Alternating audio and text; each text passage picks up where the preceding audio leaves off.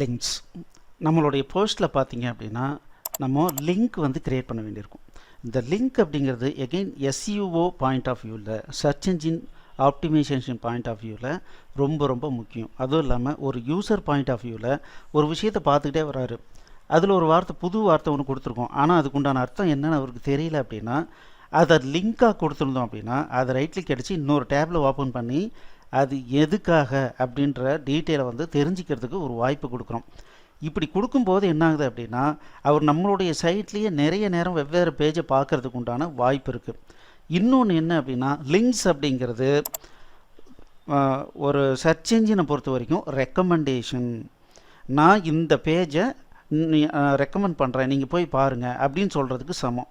அதனால் நம்மளுடைய பேஜுக்குள்ளார நம்ம ஒரு போஸ்ட்டை ரைட் பண்ணுறோம்.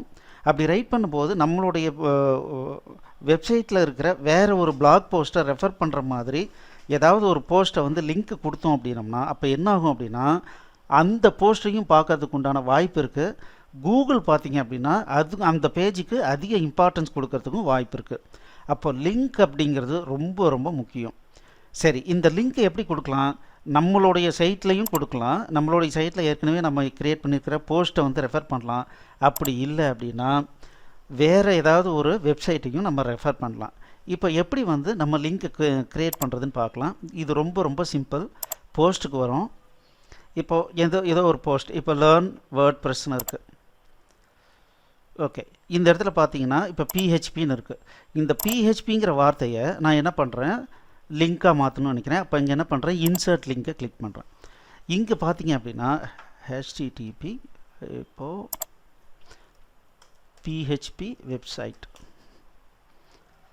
இங்கே பார்த்தீங்கன்னா php.netன்னு இருக்குது. நான் என்ன பண்ணுறேன், இங்கே http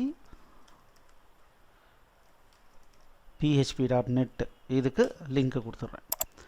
okay, see also hello world block அப்படின்னு கொடுத்துட்டு இந்த ஹலோ வேர்ல்டு அப்படிங்கிறது இந்த வெப்சைட்லேயே இருக்கிற ஒரு லிங்க்கு. இப்போ பேஸ்ட் யூஆர்எல்னு கொடுக்குது. அப்போ நான் என்ன பண்ணுறேன், லிங்க் ஆப்ஷனை கிளிக் பண்ணுறேன். இங்கே பார்த்தீங்கன்னா இந்த குறிப்பிட்ட பேஜுக்கு போகணும் அப்படின்னு நான் சொல்கிறேன். இங்கே நம்ம வந்து இது பண்ணிக்கலாம். சப்போஸ் பிளாக் நிறைய இருந்ததுன்னா ஒரு வார்த்தையை கொடுத்து சர்ச் பண்ணிக்கலாம். இதை கிளிக் பண்ணும்போது இன்னொரு டேப்பில் ஓப்பன் பண்ணோம் அப்படின்னா ஓப்பன் லிங்க்னே நியூ டேப்னு கொடுக்கலாம்.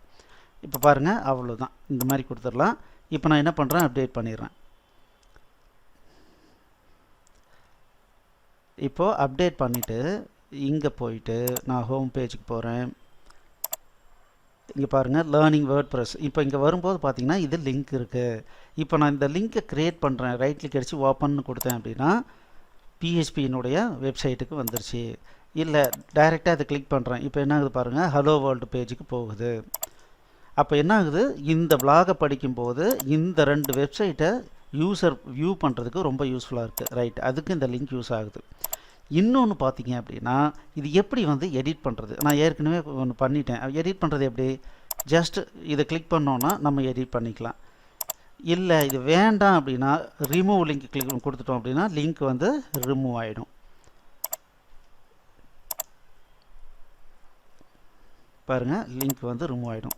இதுவும் எப்படி வந்து கேட்டகரைஸ் பண்ணியிருக்கோமோ டேக் பண்ணியிருக்கோமோ அந்த மாதிரி இந்த லிங்க் அப்படிங்கிறது ஒவ்வொரு பிளாக்லேயும் ரொம்ப ரொம்ப முக்கியமானது. எப்போவுமே நம்ம ஒரு கண்டென்ட் எழுதும்போது நம்மளுடைய வெப்சைட்லேயே இருக்கிற வேறு ஒரு பிளாகை வந்து ரெஃபர் பண்ணும்போது நம்மளுடைய வெப்சைட்டினுடைய வெயிட்டேஜே ரொம்ப ஜாஸ்தியாகிறதுக்கு உண்டான வாய்ப்பு இருக்குது. சரி, இப்போ இந்த ஃபீச்சரை யூஸ் பண்ணுறது நல்லா பாருங்கள். ஒரே ஒரு விஷயந்தான், பிளாக் ஒரு போஸ்ட் அப்படிங்கிற ஒரே விஷயத்தை சுற்றி எவ்வளோ விஷயங்கள் வந்து திங்க் பண்ணி ஃபீச்சர்ஸாக கொடுத்துருக்காங்க அப்படிங்கிறத நம்ம இதிலேருந்து புரிஞ்சுக்கணும். நம்ம டெவலப் பண்ணக்கூடிய வெப்சைட்லையும் இந்த அளவுக்கு நம்ம திங்க் பண்ணி ஃபீச்சர்ஸை க்ரியேட் பண்ணால் தான் வேர்ல்டு வைட் அது நிச்சயமாக ஃபேமஸ் ஆகிறதுக்கு உண்டான ஒரு வாய்ப்பு இருக்குது. இதை பார்த்துட்டு நெக்ஸ்ட் கிளாஸ் வாங்க.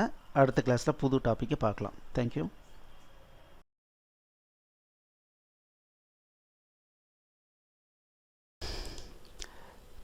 எக்ஸலண்ட். இந்த வீடியோ உங்களுக்கு பிடிச்சிருந்தால் லைக் பண்ணுங்கள், எங்கள் சேனலுக்கு சப்ஸ்கிரைப் பண்ணுங்கள், இந்த வீடியோவை ஷேர் பண்ணுங்கள், குறிப்பாக உங்களுடைய கமெண்ட்ஸ் எழுதுங்க. மேலும் எங்களுடைய அனைத்து கோர்ஸ் என்னென்ன வச்சுருக்கோன்றதை பார்க்குறதுக்கு கீழே இருக்கிற டிஸ்கிரிப்ஷனை கண்டிப்பாக படிங்க. தேங்க்யூ.